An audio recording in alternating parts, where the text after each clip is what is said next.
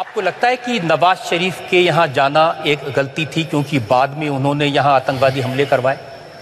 जब वो शपथ समारोह में आए थे तो जो मैंने आपको रशिया की बात बताई थी, उसी दिन मैं अफगानिस्तान दूसरे दिन गया था।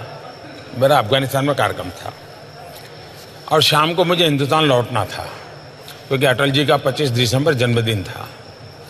तो मैंने जन्मदिन की बधाई के लिए नवाज शरीफ को फ़ोन किया था काबुल से। तो मैंने कहा, मियाँ साहब कहाँ हो? तो उन्होंने कहा, मैं लाहौर हूँ। मैंने कहा, यार कमाल हो, तुम रावलपिंडी रहते नहीं हो, लाहौर रहते हो। तो उन्होंने कहा कि मेरी भांजी की शादी है, इसलिए मैं लाहौर आया हूँ और परिवार के सब लोग यहाँ पर हैं। तो उन्होंने ऐसे पूछा, आप कहाँ? मैं कहा, मैं काबुल हूँ और हिंदुस्तान जा रहा हूँ। तो बोले, आप यहाँ होकर के जाइए। मैंने कहा, भाई अब अचानक तो कैसे बनाऊँगा? नहीं, बोले आप जाते हैं, बोले हम 10 मिनट के लिए मिल लेंगे, आप आइए। तो मैंने हमारे विदेश मंत्री सुषमा जी को फ़ोन किया काबुल से। मैंने उनसे कहा कि भाई मैं तो धर्म संकट में फंसा हूँ। मैंने इनको बधाई के लिए फ़ोन किया और उनका बड़ा आग्रह है और मेरा मन करता है कि जाएं तो अच्छा रहेगा। आपका क्या मत है? बोले, मुझे अच्छा लगता है कि आप ही तय करो। बाद में मैंने हमारे NSA को, SPG को, सबको बुलाया तो सब परेशान थे कि साहब हमारे पास न वीज़ा है, न सिक्योरिटी अरेंजमेंट है, न वहाँ कोई अता पता है, सीधे जाके लैंड करें। मैंने कहा, चलो यार देखा जाएगा।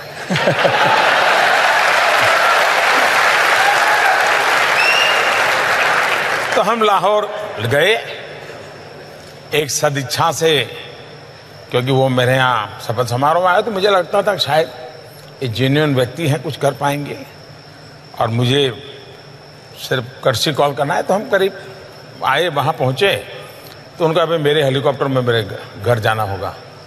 नॉर्मली एक देश का मुखिया दूसरे देश में किसी दूसरे के जहाज में नहीं बैठता है, सोचता है 50 बार। मैंने कहा, चलो यार। तो हम उनके हेलीकॉप्टर में बैठ गए।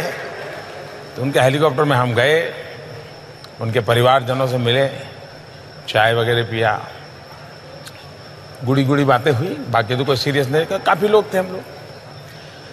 लेकिन पूरे पाकिस्तान में एक मैसेज गया कि भारत सचमुच में पाकिस्तान का बुरा नहीं चाहता है। और ये सबसे बड़ी सफलता थी मेरी 1 घंटे की इस विजिट की। कॉमन मैन, पाकिस्तान के कॉमन मैन के दिल में जो झूठ फैलाया गया था, उसको मैसेज चला गया कि हिंदुस्तान पाकिस्तान की आवाम का भला चाहता है।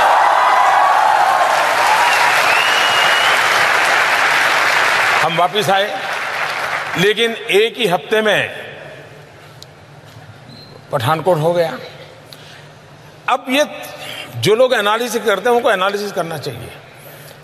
अगर मेरी तरफ से ये 2 जेस्चर न हुए होते, एक शपथ समारोह में बुलाना, दूसरा काबुल से आते समय कुछ समय रुक करके लाहौर में मिलना, इन 2 का इतना पॉजिटिव एनवायरनमेंट था कि विश्व को पठानकोट, उरी के बाद की घटनाएं या पुलवामा, ये समझाने में मुझे मेहनत ही नहीं पड़ रही है। लोग की दुनिया मान गई कि मोदी सच है। देखिए, उसने कोशिश की थी, ये गड़बड़ पाकिस्तान की है। तो ये 2 घटनाएं ने हिंदुस्तान को आने वाले कई वर्षों तक लाभ होने वाला है। ये जिनको समझ नहीं है वो झूले पर क्यों बैठे और चाय पीने क्यों चले गए।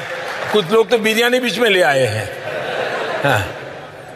तो ये लोगों को कुछ समझ ही नहीं है जी। या तो उनके दिमाग में राजनीति इतनी भर गई है कि राष्ट्रनीति भूल जाते हो। राष्ट्रनीति सर्वोपरि होती है, राजनीति तो बात की बात होती है।